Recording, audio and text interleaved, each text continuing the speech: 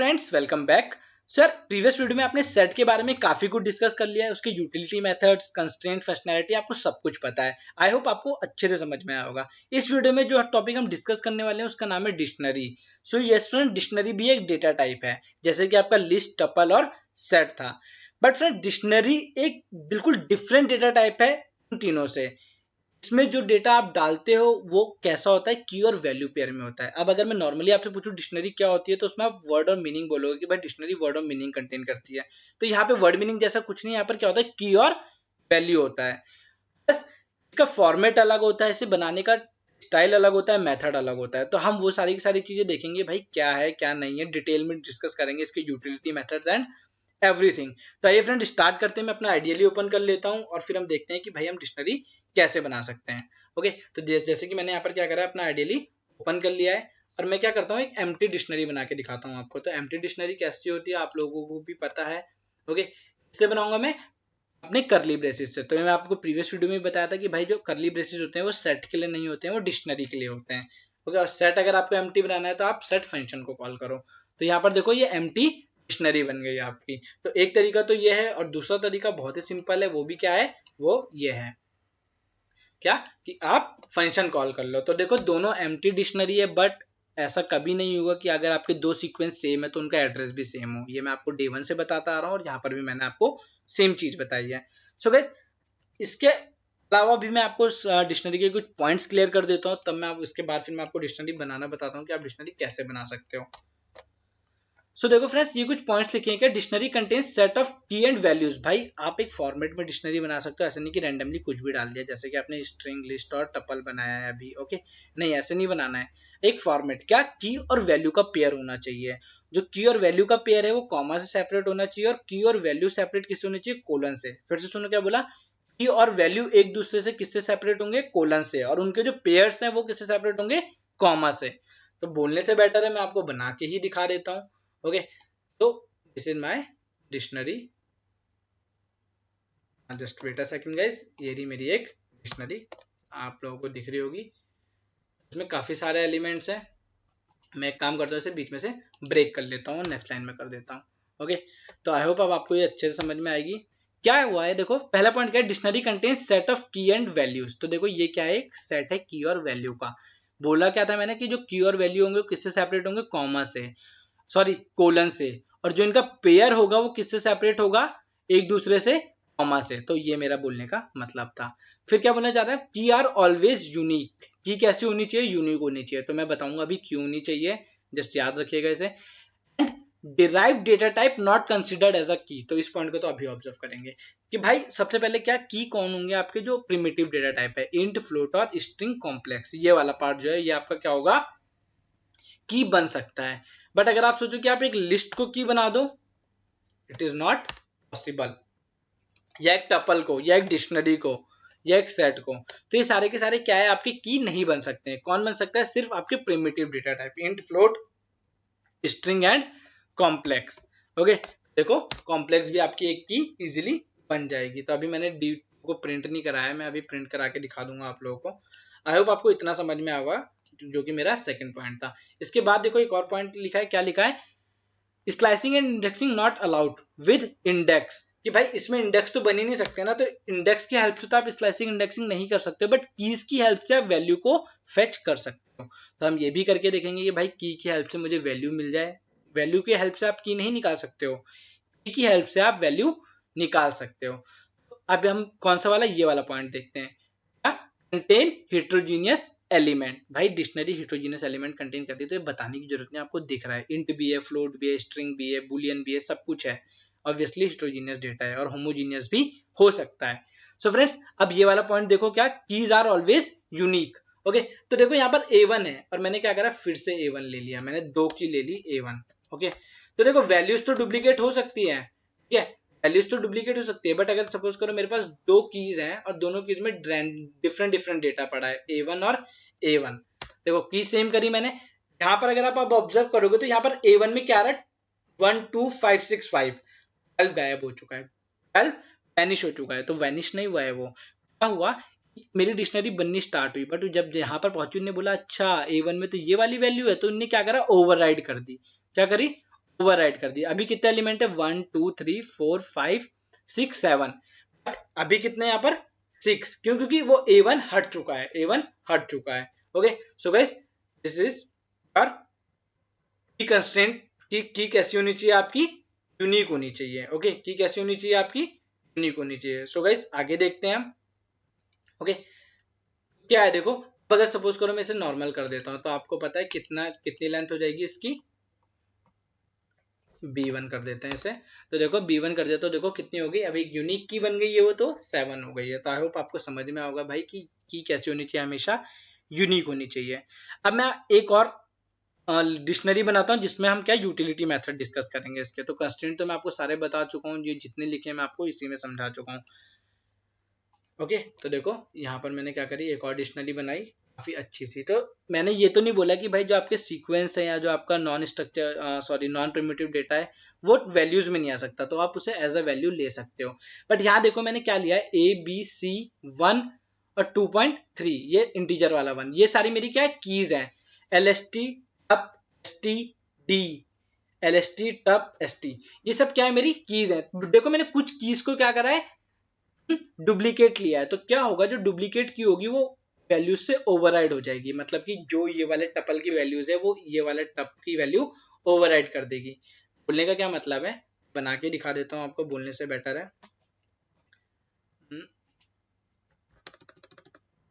मैं इसे पहले प्रिंट कराता हूँ यहाँ पर।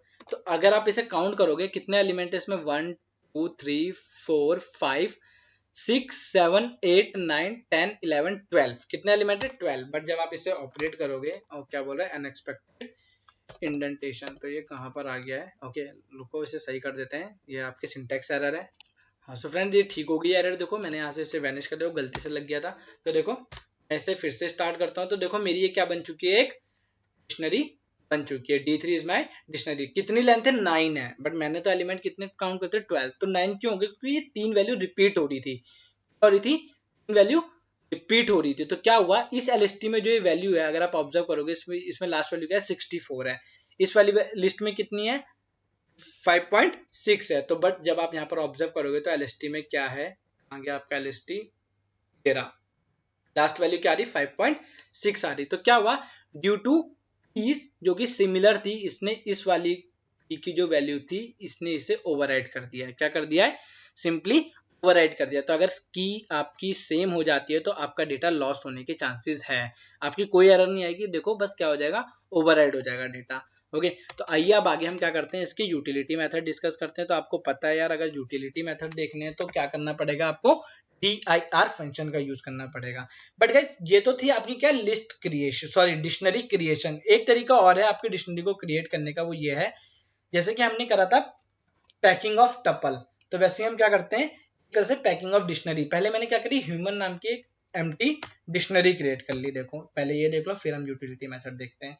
ओके, क्या करा मैंने, ह्यूमन नाम की एक एम्प्टी डिक्शनरी क्रिएट करी। अब मैं इसमें की और वैल्यू पेयर में डेटा डालता जाऊंगा। जैसे कि मैंने सबसे पहला डेटा क्या डाला, मैंने डाला, भाई मुझे बताओ ये जो ह्यूमन है, ये उसका फर्स्ट नेम क्या है, ह्यूमन का फर्स्ट नेम क्या होगा। मैंने बोल दिया यार चलो ठीक है, इसका फर्स्ट नेम है रॉबर्ट। ठीक है, मैंने इसे ऑपरेट कराया, प्रिंट कराता हूँ ह्यूमन। ओके, सो गाइस क्या आएगा, फर्स्ट नेम, क्योंकि मैंने उसमें इंसर्ट कराया था। देखो फर्स्ट नेम क्या है, रॉबर्ट, देख रहे हैं आपको यहाँ पर। क्या करता, ह्यूमन का फर्स्ट नेम क्या है, रॉबर्ट, इस तरीके से। तो मैं इसे यहीं पर ही प्रिंट कर लेता हूँ, क्योंकि मुझे बार बार इसे प्रिंट कराना पड़ेगा आप लोगों के लिए, ह्यूमन। ओके, और इसकी length, not lab, its length, length of human. और चलो टाइप भी प्रिंट करा लेते हैं आप लोगों के लिए, क्योंकि आप टाइप भी इसका ऑब्जर्व करोगे कि डिक्शनरी है या कुछ और आ रहा है। ओके, डाउट के लिए थोड़ी सी भी जगह नहीं छोड़नी है। ओके, सो देखो फ्रेंड्स, मैंने सब कुछ टाइप कर लिया यहाँ पर। अब मैं इसका लास्ट नेम डालता हूँ, क्यों, चलो लास्ट नेम बताओ क्या होगा। तो लास्ट नेम मैंने क्या डाला, डाउनी जूनियर। तो देखो अब अगर आप यहाँ पर ऑब्जर्व करोगे प्रिंट में, तो क्या आ रहा है, लेंथ कितनी होगी, 2। एक एलिमेंट है रॉबर्ट, दूसरा है लास्ट नेम डाउनी जूनियर। अब मैं बोल देता हूँ भाई एज कितनी है इसकी, क्या एज, तीसरा एलिमेंट डाल रहा हूँ। देखो एज क्या होगी, एज कितनी है, 51। ओके, एज कितनी हो जाएगी। ओके, ये एम्प्टी कैसे हो गया, एक सेकंड गाइस, मैंने क्या डाला था, एज, एज इज 51। तो देखो हाँ, यहाँ पर अगर आप ऑब्जर्व करोगे तो ये एम्प्टी लिस्ट नहीं, तो यहाँ पर आपकी एज कितनी आ रही है 51। 3 एलिमेंट्स आ गए हैं। मैंने ऊपर वाला गलती से देख लिया था तो मुझे लगा एम्प्टी आ रहा है आउटपुट में। आगे देखते हैं। मैं बोलता हूँ कि यार चलो ठीक है, इसके अदर्स नेम क्या है, क्योंकि यार हमारे रॉबर्ट डाउनी जूनियर ने काफी सारे कैरेक्टर प्ले करे हैं, तो मैं बोलता हूँ इसके डिफरेंट डिफरेंट नेम से जानते हो आप लोग क्या क्या है। तो मैंने लिस्ट में उसके डिफरेंट डिफरेंट नेम डाले। मैंने बोला other names, Tony Stark, Iron Man and Sherlock. Okay, so देखो यहाँ पर इसके डिफरेंट डिफरेंट नेम मुझे लिस्ट हो गए हैं। लिस्ट में अगर आप देखोगे तो क्या, एलिमेंट नंबर 4 भाई अदर नेम्स क्या, Tony Stark, Iron Man and Sherlock Holmes. उसके बाद मैंने बोला इसके ऑफिसेस कहाँ कहाँ हैं, तो एज पर दी मूवी मैंने बोला भाई जहाँ जहाँ पे जिसने जो भी कैरेक्टर प्ले करे वहाँ वहाँ पे इसके ऑफिस होंगे। ओके, सो देखो मैंने क्या बनाया यहाँ पर, ऑब्जर्व करो। इसे मैं एक काम करता हूँ, ब्रेक कर लेता हूँ सो दैट आपको ये पूरा कंप्लीट विजिबल हो।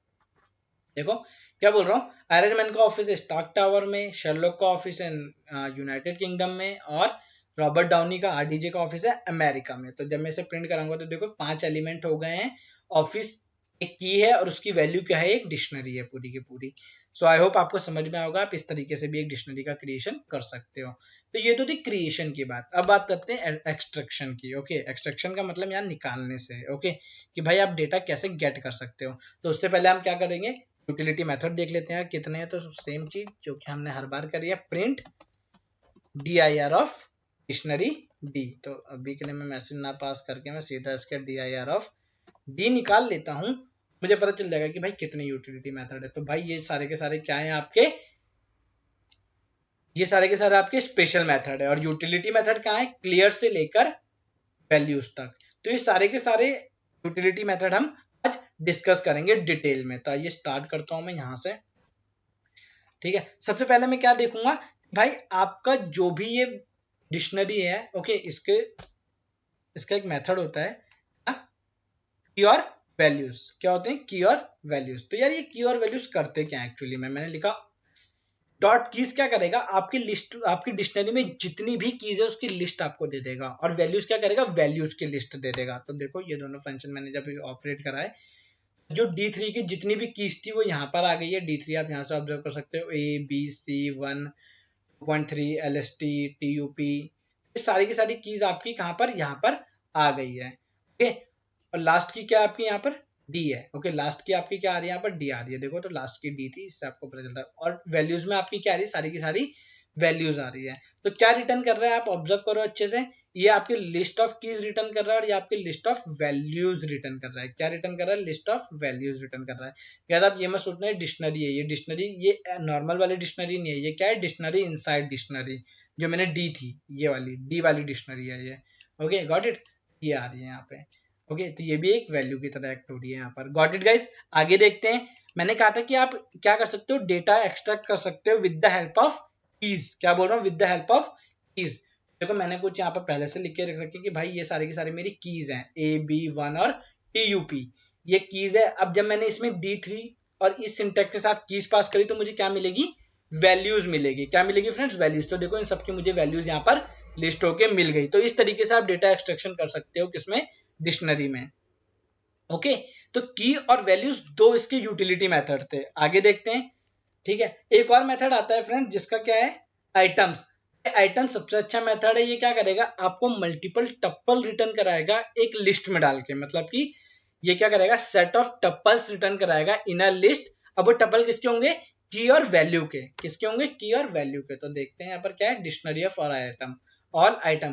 तो देखो ये क्या था, यहाँ पर अगर आप D3 में ऑब्जर्व करोगे, ये रही आपकी D3, तो A और 152। तो देखो यहाँ पर क्या है, एक टपल में बन के आई है वो A और 152। Similar for B78। तो इनने क्या रिटर्न करा है, लिस्ट ऑफ मल्टीपल टपल्स। और टपल्स में क्या होगी आपकी की और वैल्यू का पेयर, की और वैल्यू का पेयर। तो ST सेट था, तो ST की थी, और ये जो एक सेट था ये क्या थी, वैल्यू। तो उसका टपल में डाल के इनने रिटर्न कराया। तो ये कौन करेगा, आपका आइटम। ओके, आई होप आपको समझ में आ रहे हो। इसके बाद हम क्या पढ़ते हैं, गेट। क्या पढ़ेंगे, गेट। अब यार गेट जो फंक्शन है काफी अच्छा फंक्शन है, वो भी आपका एक्सट्रैक्शन के काम में आता है। एक्सट्रैक्शन मतलब आप उसे कीज प्रोवाइड कराओ, वो आपको वैल्यूज देगा। क्या बोल रहा हूँ, आप उसे कीज प्रोवाइड कराओ, वो आपको वैल्यूज देगा। मैंने बोला D3 dot get ST, get tuple TUP, get LST और गेट L। ये मुझे सेट वाले की वैल्यू लाके देगा, ये टपल वाले की, ये लिस्ट वाले की, और वन में जो भी होगा। ओके सो गाइस यहाँ मैंने इनकी कीज बना रखी थी, तो देखो मुझे इनका वैल्यूज मिल गया है। ओके वैल्यूज मिल गया है, आप इसे कीज दोगे ये आपको वैल्यूज लाके देगा, सिंपल सा काम है। आई होप आपको समझ में आया होगा।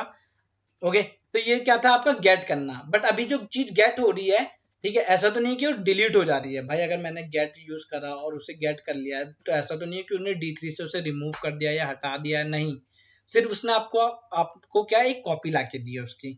बट एक फंक्शन है जो कि उसे वहां से परमानेंटली डिलीट कर देगा। क्या कर देगा? Permanently delete. और उस फंक्शन का नाम है पॉप फंक्शन। ओके क्या नाम है? Pop function. तो देखो पॉप क्या करेगा, साफ साफ लिखा है, pop accept one parameter as data and return this data delete it from the original. कि भाई वो जाएगा, आपने जो भी डेटा पास करा है, जो भी की पास करी है, उसकी वैल्यू आपको लाके दे देगा और ओरिजिनल में से उसे हमेशा के लिए रिमूव कर देगा। तो देखो मैंने st को और a को पॉप कराया है। ओके अब पॉप कराने के बाद मैंने उन दोनों को क्या करा है, D3 और D3 को प्रिंट करके देखा है। तो जब ये पॉप हो जाएगा तो D3 में से टोटली वैनिश हो जाएगा, मतलब गायब हो जाएगा, आपको नहीं दिखेगा। तो देखो D3 प्रिंट हो रहा है, देखोगे तो A भी गायब है और ST भी गायब है। ST कहीं यहाँ पर था टप और इसके बाद में, तो देखो यहाँ से टोटली वैनिश हो चुका है, गायब हो चुका है। अब वो D3 में अवेलेबल नहीं है। तो देखो D3 मैंने प्रिंट भी कराया है।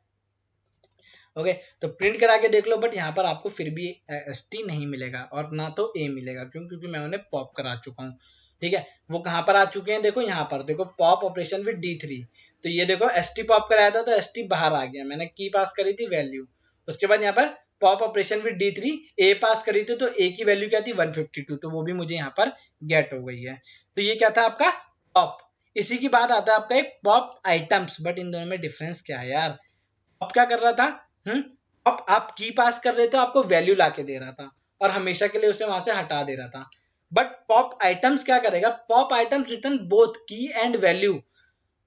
अब कौन सी वाली की और वैल्यू, और टपल में डाल के देगा। किस में डाल के देगा? टपल में। ये तो किस में दे रहा था, जो डेटा था जिस टाइप का था उस टाइप में देगा, बट ये किस में देगा? टपल में डाल के देगा आपको। ओके तो गाइस देखो, बट उठाएगा कहां से डेटा? तो ये लास्ट से उठाएगा। अगर मैं इसे ऑपरेट कराता हूँ, okay just wait a second, ये मैंने इसे ऑपरेट कराया। क्या बोल रहा है? End of string literal. Okay यहाँ पर मेरी मिस्टेक हुई है, मैंने इसमें ये नहीं लगाया है। तो देखो इसे अब ऑपरेट कराते हैं। क्या बोल रहा, देखो मैंने क्या बोला, भाई पॉप आइटम्स कराओ। तो इसने क्या क्या गेट करके दिया मुझे? लास्ट वाला। याद रखना हमेशा जो मैं बोल रहा हूँ, क्या देगा मुझे? लास्ट वाले से डेटा उठा के देगा। मतलब जो भी पूरी की पूरी आपकी डिक्शनरी है, जो भी आपकी डिक्शनरी है, उसका लास्ट आइटम पॉप करके देगा। ओके सॉरी डी तो एम्प्टी थी, D3। ओके तो देखो D3 में सबसे लास्ट डेटा क्या था? डी था, ये रहा। तो इसने मुझे लास्ट वाला डेटा पॉप करा के एज अ टपल पास करके दे दिया, मतलब ये थी की और ये थी वैल्यू। तो ये वर्क किसका होगा? आपका पॉप आइटम्स का। ओके आई होप आपको समझ में आया होगा। इसके बाद देखते हैं एक फंक्शन और है। ओके ज्यादा नहीं है गाइस डिक्शनरी के फंक्शन, बट जितने भी है काफी हेल्पफुल है। ओके वो क्या है? आपका अपडेट। ओके आप अगर किसी डिक्शनरी को अपडेट करना चाहो तो आप, जैसे कि मैंने ऊपर दिखाया था असाइनमेंट ऑपरेटर के साथ, वैसे भी कर सकते हो, ह्यूमन वाला एग्जांपल, या फिर आप इस तरीके से भी कर सकते हो यूजिंग अपडेट फंक्शन। मैंने क्या लिखा? D2 dot D update D3। अब अगर आप सोच रहे होंगे कि यार मैंने इसे किसी वेरिएबल में क्यों नहीं सेव कराया, ठीक है चलो मैं इसे एक वेरिएबल में सेव करा लेता हूँ, उस वेरिएबल को भी प्रिंट करा लेता हूँ, प्रिंट z। पहले तो देखते हैं भाई ये प्रिंट होगा कि नहीं होगा। ठीक है z। ओके मैंने z को यहाँ प्रिंट करा लिया है। अब देखते हैं क्या आएगा आउटपुट। तो देखो इसका कोई रिटर्न टाइप नहीं होता। रिटर्न टाइप नहीं होता तो इसने करा क्या है? इसने एक्चुअली में क्या करा है, D2 को अपडेट कर दिया है D3 के साथ।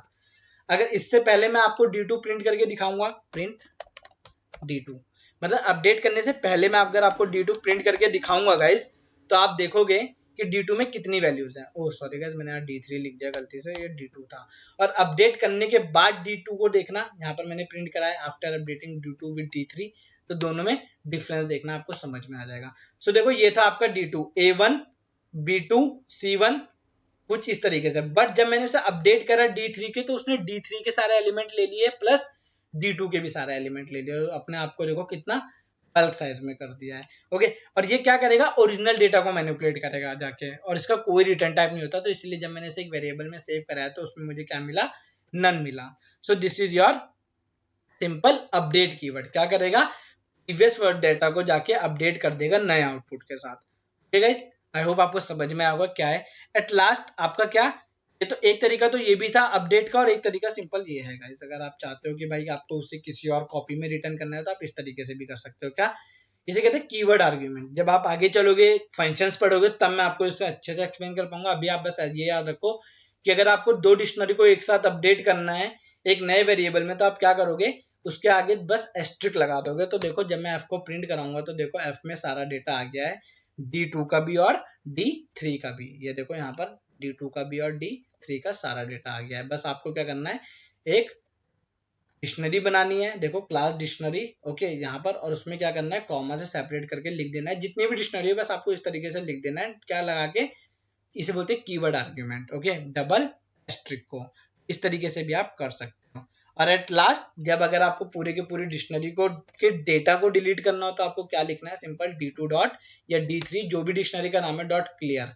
क्लियर करने के बाद आप देखोगे तो कुछ नहीं बचा है, एम्प्टी है।